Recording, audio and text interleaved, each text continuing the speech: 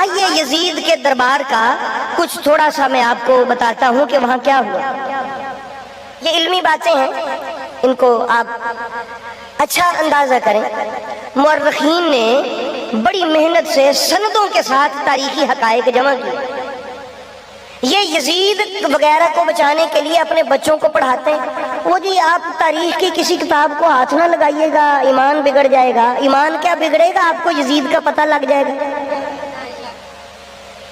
یزید وغیرہ کا آپ کو کیا لگے گا؟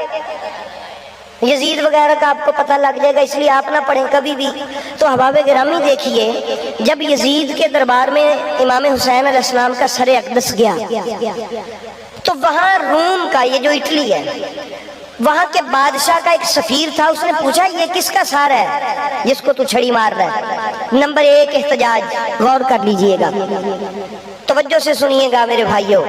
یہ آج کا دن امام حسین علیہ السلام کے نام کا دن ہے، تو آپ یوں نہ سمجھیں وقت زیادہ ہو رہا ہے، یہ باتیں سنیں، اس کو یاد رکھیں اور اپنے بچوں کو یاد کروائیں۔ اٹلی کا یہ روم کا سفیر تھا، وہاں بیٹھا، اس نے پوچھا یہ کون ہے، یہ کس کا سار ہے؟ نے بتایا جی یہ حسین کا سار ہے۔ یہ حسین کون ہے؟ کہا جی فاطمہ کا بیٹا۔ یہ فاطمہ کون ہے؟ ان کا جی محمد کی بیٹی ہے۔ اس نے کہا کون محمد؟ یہ جو جس کا تم کلمہ پڑھتے ہو؟ ان کا کہ ہاں۔ اس نے کہا بغیرتا بدبختہ، ہمارے پاس عیسیٰ علیہ السلام کی سواری کے کھر کا ایک حصہ پڑا۔ سنیے گا ذرا، وہ عیسائی تھا، اس نے کہا ہمارے پاس عیسیٰ علیہ السلام کی سواری کے کھر مبارک کا ایک حصہ پڑا ہے، وہ ہماری عبادت گاہ میں ہے۔ کتنے 100 سال بیت گئے، عیسیٰ علیہ السلام کا کلمہ پڑھنے والے عیسیٰ کی سواری کے اس کھر کی زیارت کرنے آتے ہیں۔ اے لعنتی، تجھے شرم نہیں آئی کہ رسول کی بیٹی کے بیٹے کو قتل کر دیا؟ یزید کے دربار کی بات ہے، یہ احتجاج ہوا۔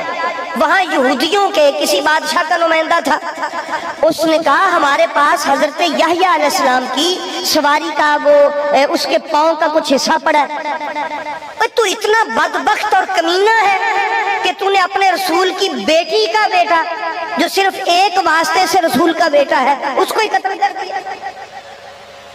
اب یہ باتیں ہو رہی تھی کہ یزید کی بیوی ہند، زوجہ یزید، ایک تو یزید کی دادی تھی نا ہندہ، جس نے حضرت امیر حمزہ کا کلیجہ نکال کے چبایا تھا، ایک یزید کی بیوی تھی ہند زوجہ یزید،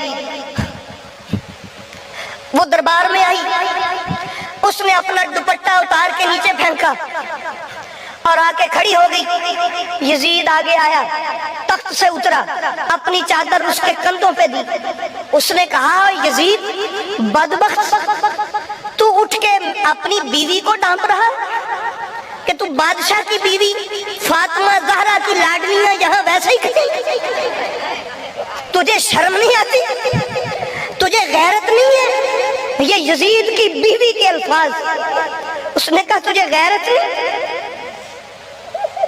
کہ سیدہ زہرا کی بیٹی ایسے کھڑی ہیں اور تو اپنی بیوی کے اوپر کپڑے ڈال رہا ہے؟ تو تب وہاں سے کپڑے لائے گئے اور بیویوں کو کپڑے پیش کیے گئے۔ یزید کی بیٹی آج کا بنت یزید وہ دربار میں آئی، اس نے آ کے کہا ابا یزید آپ کتنے سنگ دل اور ظالم، حسین علیہ السلام کی بیٹی یہاں پیاسی تڑپ رہی ہے اور یہ رسول کا بیٹا اور یہ ان کی بیٹی ہے۔ وہ احتجاج سن رہے ہیں آپ؟ کس کس نے احتجاج کیا دربار یزید میں؟ یزید گھبرا گیا اور ایک صحابی رسول اٹھے، انہوں نے کہا اے یزید بدبخت، یہ جن ہونٹوں پہ تو چھڑی لگا رہا ہے بار بار، ان ہونٹوں کو میں نے دیکھا ہے کہ مصطفیٰ بوسے دیتے تھے، تجھے شرم نہیں آتی؟ تو ان ہونٹوں کی بے ادبی کرتا ہے۔ تو احباب گرامی یہ یزید پھر گھبرایا ان باتوں سے، تو ان باتوں سے گھبرا کے اس نے فیصلہ کیا کہ میں اس قافلے کو واپس بھیجتا ہوں۔ مسئلہ سمجھ گئے ہو کہ نہیں سمجھے؟ اب بھی اگر کوئی یہ سمجھے کہ یزید کا کوئی قصور نہیں ہے، وہ بے شک جتنا بڑا مرضی مفتی ہو، وہ ہمارے جوتے کی نوک پہ، اس پر بھی لعنت اور اس کے یزید پہ بھی لعنت۔